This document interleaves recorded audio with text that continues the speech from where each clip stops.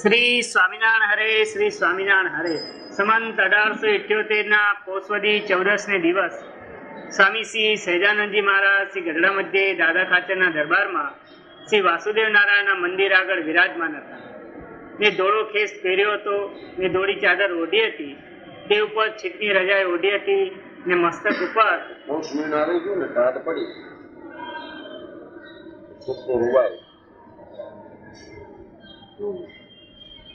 ને મસ્તક ઉપર શ્વેત પાક બાંધી હતી, ને પોતાના મુખારવિંદની આગળ મુનિ તથા દેશ દેશના હરિભક્તની સભા ભરાઈને બેઠી હતી, ને પરમહંસ તાલ મુદંગ વગાડીને કીર્તન બોલતા હતા. આપણે કીર્તન બોલી લઈએ, પહોંચી જાય.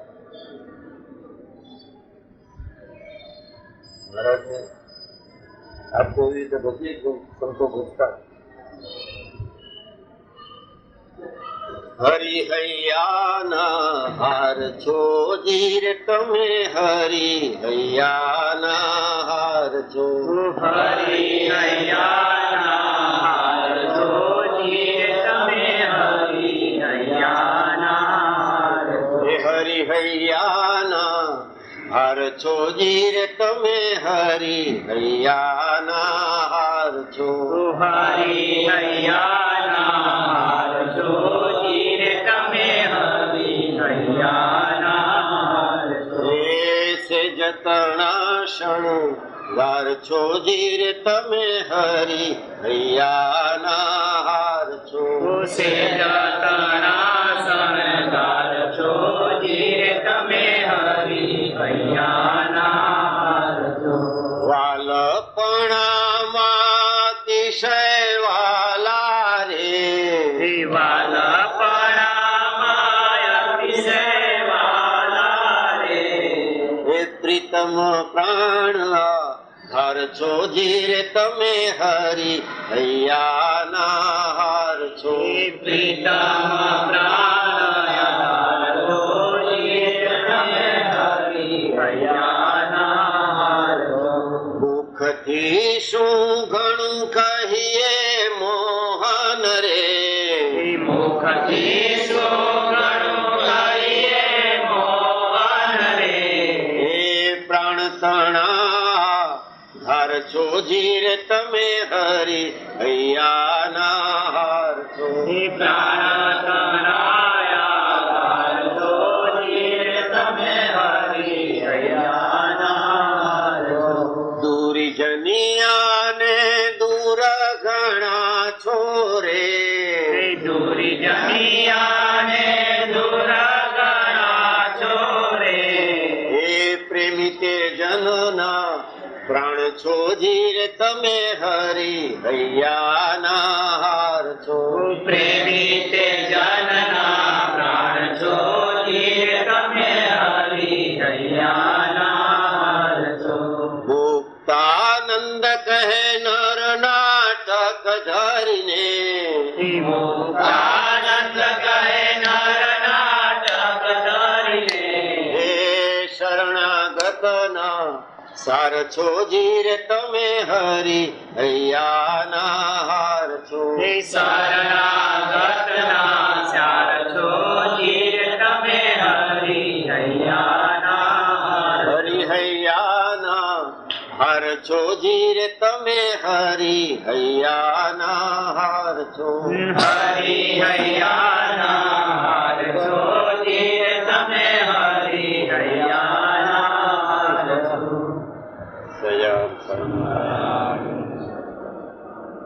રાજુ થાય મહારાજ પોપા, કારણ કે આ બધા સંતો પેલા બેસી જતા. મહારાજ તો ઉઠેલા હજી 3 વાગે 3:30 વાગે, મોડી સભા ત્યાં સુધી કરે.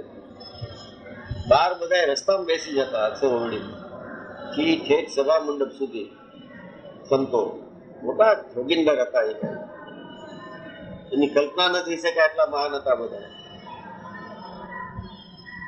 કોઈ મૈત્રેય ઋષિ આવ્યા હતા, કોઈ ઇન્દ્ર થઈને આવ્યા હતા, કોઈ કઈક આવ્યા હતા, પણ સ્વામિનારાયણના સંતની મહત્તા એટલી બધી છે કે આ લોકો આને ન સરખાવા જેવું જ બરોબર છે.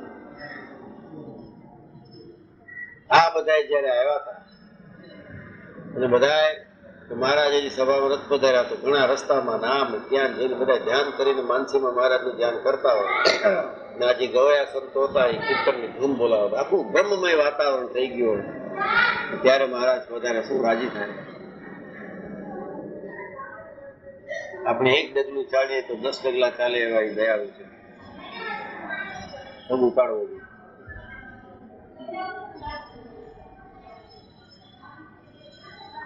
પછી શ્રીજી મહારાજ પરમહંસ પ્રત્યે બોલ્યા છે, આજ તો અમારા અવતારામાં અમારી પાસે રહેનારા જે સોમલા ખાચર આદિ હરિભક્ત તેમને અમે એક પ્રશ્ન પૂછ્યો છે, તેનો સર્વે પરમહંસ મળીને ઉત્તર કરો.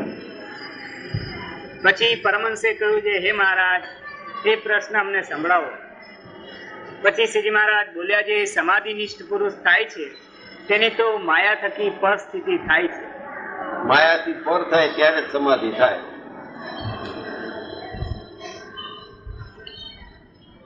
કારણ કે માયાનું કાર્ય એટલે પ્રકૃતિ પુરુષનું કાર્ય જ્યાં સુધી નજરમાં આવે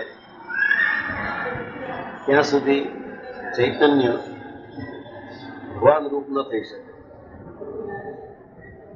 આ જે પાકું થઈ ગયું હોય મને મળ્યું જે સ્વરૂપ એટલે જે નિરુત્થાન નિશ્ચય હોય એ સમાધિથી વિશેષ છે. સોમલા ખાચરનું મહારાજે વખાણ્યું છે એક રેણી પણ મોટી જ એક રેણી પણ બધા હરિભક્તોના અંગ વખાણ્યા છે. એમાં સોમલા ખાચરનું વખાણ લખ્યું છે એનું એક રેણી પણ એટલે સદા એની સ્થિતિ હતી. સોમલા ખાચર મહારાજને ક્યારેય દેહધારી સમજતા નહીં. એમ ભગવાનનો સાચો ભક્ત એ જ કહેવાય કે મહારાજને ક્યારેય આઘા ન સમજે, ક્યારે ચાલ્યા ગયા એમ ન સમજે, સદા સાથે છે એમ સમજે અને એનો મહિમા નીતિ નવો નવો સમજતો જાય. આ જો કાયમ રહેતી સમાધિ છે. ભગવાનના સ્વરૂપનું નિરુત્થાન નિશ્ચય એને અમે સ્થિત પ્રજ્ઞા કહી છે, સમાધિ કહી છે. મહારાજ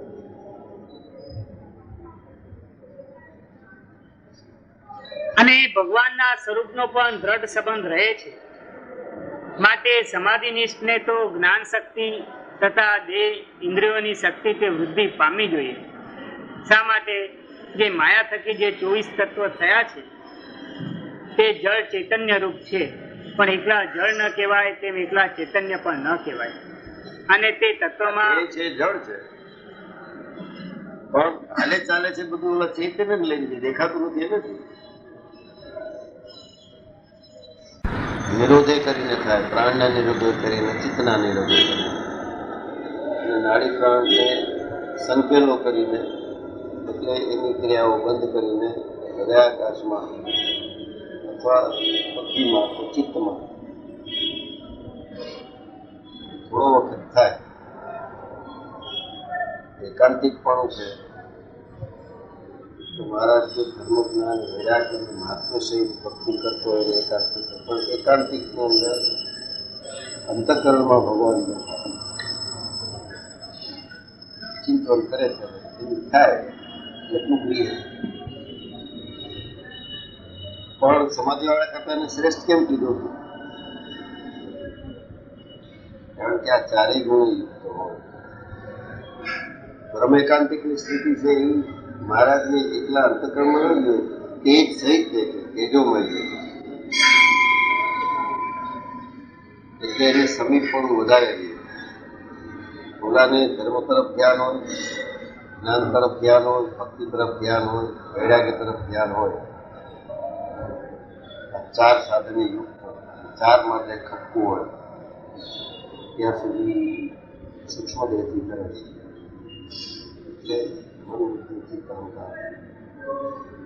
પરમ એકાંતિક છે તો આ સ્ટેજ વટાવી ગયા છે, એને ધારવાનું નથી. એને સન્મુખ લાગ્યા કરે, મહારાજ સાથે લાગ્યા કરે, તેજ સહિત દેખે એટલે તેજ છે એ મહારાજનું કાર્ય છે. કાર્ય અને કારણ બેને સામતા જોઈએ. સમીપ પણ વધુ થાય, પોતે તે જ રૂપ થઈ જાય, કારણ કે જીવાત્મા મૂળ તે જ રૂપ છે. અને અનાદિ તો હજી પણ મહારાજથી નોખા જ ન હોય. રસબસ હોય મહારાજ, ગોપાલ સ્વામી, મુક્તાન સ્વામી, નિત્યાનંદ સ્વામી કાયમ કરતા પણ મહારાજને જાણતા હોય.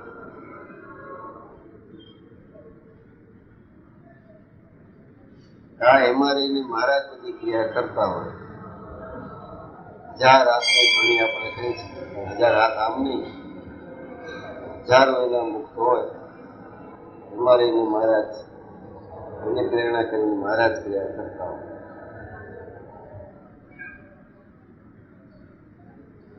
ખંભાતથી હરિભક્તો આવ્યા, મહારાજ તો ગોમતીને કાંઠે સભા કરીને વિરાજમાન હતા.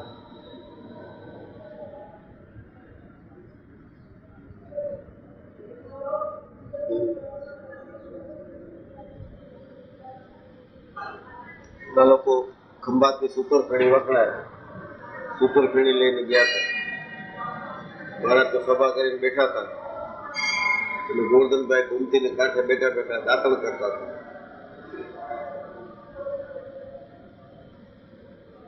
મહારાજો તો મહારાજ અમે સંકલ્પ કરીને આવ્યા છે ખંભાતથી, સૂતરફેણી તમે જમાડો, અધિકાર કરો મહારાજ. મહારાજ કે આજ તો ગોરધન જમાડે તો જમવું. છોકરાને મહારાજે નાખી દીધો હતો દરિયામાં, એ ગોરધનભાઈ માંગરો ફેંકી દીધો પાછા. ત્યારે કઈ પુરુષોત્તમ તરીકે ઓળખાડા નતા હોય, ઓળખે કે ન ઓળખે એ જે છે એ છે. જે કઈ મહારાજ એના મોટા મુક્તિ હોય આપણે મોડા ઓળખીએ એટલે કે હવે આમ થયું, એવો તમને શું ખબર પડે? આ તો 20 વર્ષની ઉંમરે મુક્તાન થયું કે મહારાજ વાણિયાનો છોકરો છે, તમે આને આ કરી દીધો. હાયલો ધક્કો માર્યો દરિયામાં. સારું જીવતો રહ્યો કે આપણે શું કરશું, ગામમાં બતાડવું પડશે. આ સંતને બધી ચિંતા બિચારાને કે કારણ કે એ ચિંતા એમાં રહીને મહારાજ કરતા હોય, આવશે ક્યારે. ગોરધનભાઈ બેઠા બેઠા દાતણ કરતા હતા ગોમતી કાંઠે. આ બધા જાય છે ને પૂનમ ભરવા, ત્યાંની લીલા ત્યાં.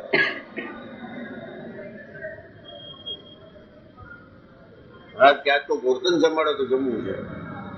જમોલા દાતણ કરતા કરતા થોડો મૂકી ચોગડો કરીને આવી ગયા. બોલો મહારાજ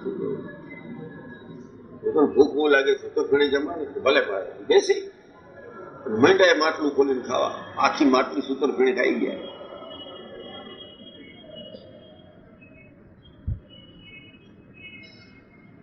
છોટી ઈઝી ખાઈ શકે. મને કાપડિયાને કે બહુ પા માટલું ખાઈ શકીએ આપણે, પણ કેતા નથી મળા. મને કે હું ખાવું પડે 5-7 સૂતરફેણીમાં ભાંગી જાય, પછી ખિસ્સામાં નાખીને ઘરે લઈ જાય નોખી વાત છે, પણ ત્યાં ખાવી અઘરી છે.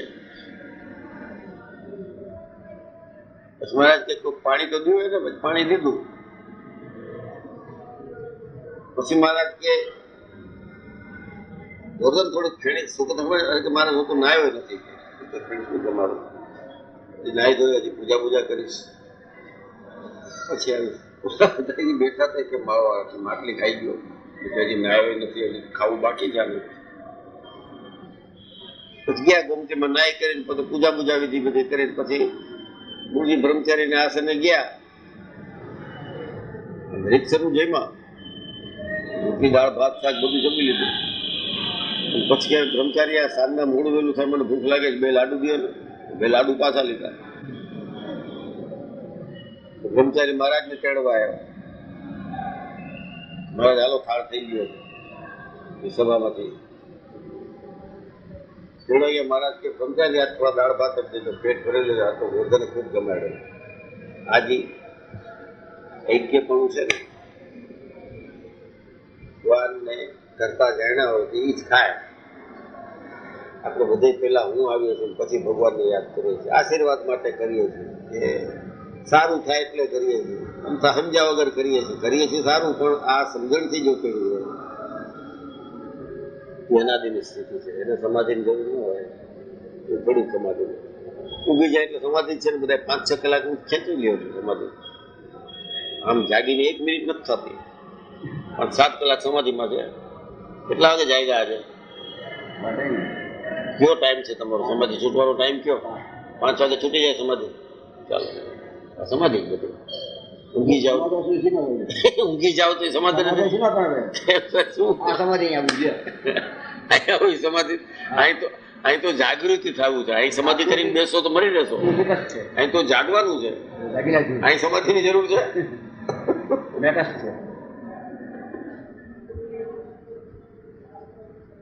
એટલે મહારાજનું કરતાપણું જેમ જેમ રાખતા જશો એમ એમ સ્વરૂપની નજીક જતા જશે. દરેક ક્રિયામાં મહારાજને આગળ કરવાના. સાવ સરળ વાત છે. ટેવ ન હોય ને વર્ષો ક્યાં અનંત જન્મથી ટેવ નથી. એ તો આવવું પડે. કળિયુગમાં જન્મમાં છે આ જાણે છે કે આ હાળો સતયુગમાં જીવીને કાંઈ કરી નહીં શકે.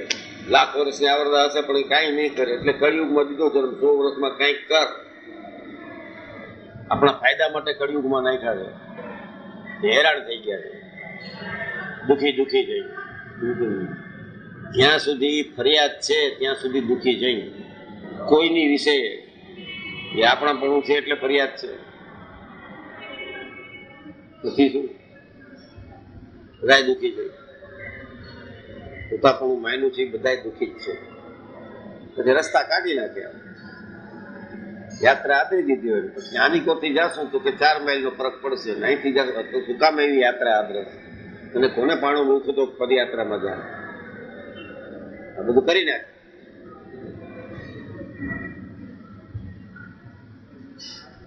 એટલે આ સ્થિતિના ભેદ છે. માટે સમાધિ વાળો તો દેહ ઇન્દ્રિયો અંતઃકરણથી જુદો પડીને વર્તે છે તો પણ જ્ઞાનની વૃદ્ધિ થાય છે, અને પાછો ઇન્દ્રિયો અંતઃકરણમાં આવીને વર્તે તો પણ પોતાને સમાધિને વિશે જે જ્ઞાન થયું છે તેનો નાશ થાય નહીં. કમ થાય? સમાધિ સિવાયના બધા જ્ઞાનનો નાશ થાય છે. કાંઈ પણ ભણી રાખ્યું હોય રોજ ન કરતા હોય તો કાળે કરીને ભૂલાઈ જાય છે.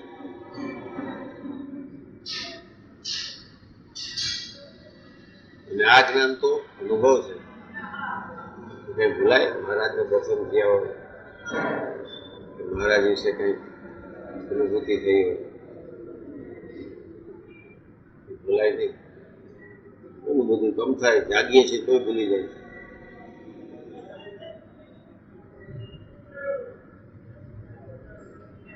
કઈ તારીખે લગ્ન થયા હતા યાદ છે તમને? તમારા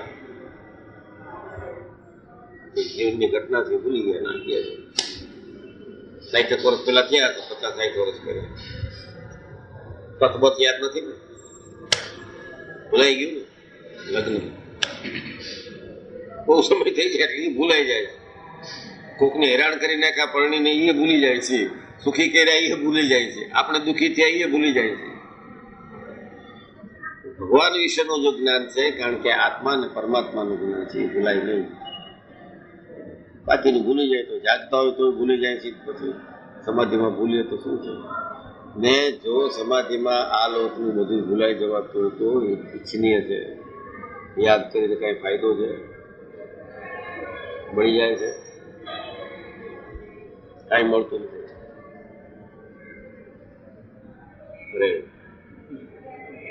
અને તપ, નિવૃત્તિ, ધર્મ અને વૈરાગ્ય તેને ગ્રહણ કરીને પ્રવૃત્તિ માર્ગનો ત્યાગ કરે તો જેમ જ્ઞાન વૃદ્ધિ પામ્યું છે તેમ ઇન્દ્રિયો અંતઃકરણની શક્તિઓ પણ વૃદ્ધિ પામે અને નારદ સંકાદિક સુખજીના જેવી સિદ્ધ ગતિને પણ પામે. ઇતિ વચનામૃતમ. આવી રીતે ગરડા મધ્ય પ્રકરણનું 20મું વચનામૃત થયું. સહજાનંદ મહારાજની જય.